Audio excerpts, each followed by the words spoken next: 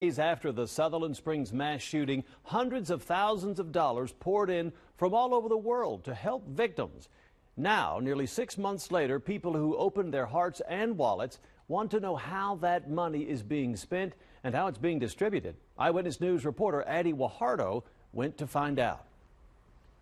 At the end of March, the church launched an effort to help raise money to build a new facility, which is estimated to cost about $3 million. The announcement is raising questions about fundraising efforts made by community members through plate sales and GoFundMe pages to help those victims and rebuild that church. Just come out and show the community where the money is going. Smoke and Angels barbecue ministry leader Michael Rich raised more than $90,000 through plate sales for the victims of Sutherland Springs, just 1 week after the tragedy rocked the small town. You saw the line of people just coming in, and you couldn't help but shed a tear. An outpouring of support, moving some to part with their last dollars to help families torn apart. And he came up and just says, "Hey, I don't want to buy a plate. I can't afford to buy a plate, but I wanted to give something." And he pulled out just 2 wrinkly, crumpled up dollar bills. Rich collected every penny and donated the big check to the church with plans to help the victims and their families. But not long after, he says he was questioned by those who opened their wallets and the families of victims struggling. "Hey, what's going on? Where'd that money go that you guys raised? Because I'm not getting anything." Another organizer, who wanted to remain anonymous, raised $36,000. She says she donated more than $22,000 directly to the victims' families and more than $14,000 to the church. Several GoFundMe pages were also set up like this one, which raised nearly $160,000 and an unknown amount raised directly from the church's website. It's unclear how many GoFundMe fundraisers actually donated to the church.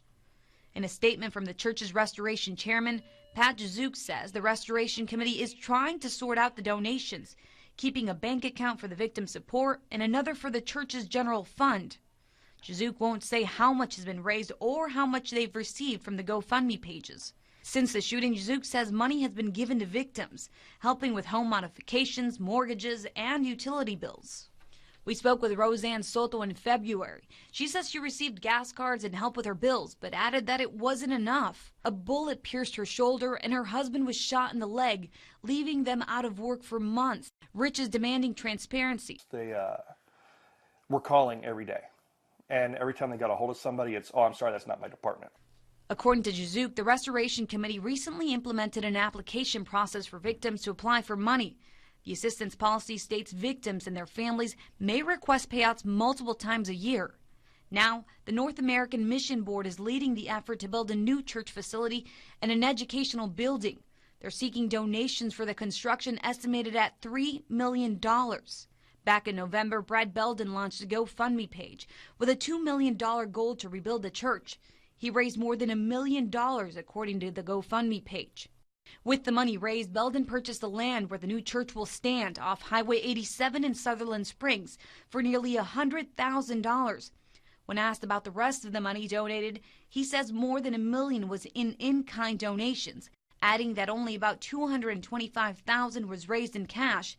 In a statement, Belden said, "We have advised the church that we are ready to transfer the remaining funds of about $120,000 to the church for the rebuilding project and have asked the church's attorney for instructions as to where to convey the money. We are awaiting their direction." A spokesperson with the North American Mission Board tells me they don't have any knowledge or access to Belden's account. Nobody here is pointing any fingers, accusing anybody of any kind of wrongdoing. All I really want to see is a little bit of transparency. Just be honest. Show us where the money's going. And just today, I spoke with a lone woman who lost her parents in the shooting. She tells me after jumping through hoops, the church helped her financially less than 3 weeks ago as we approach that 6-month mark. Now, HEB is also helping victims directly impacted through the HEB Spirit of Giving Fund. At Guajardo, KENS 5 Eyewitness News. Addie, thank you for that report.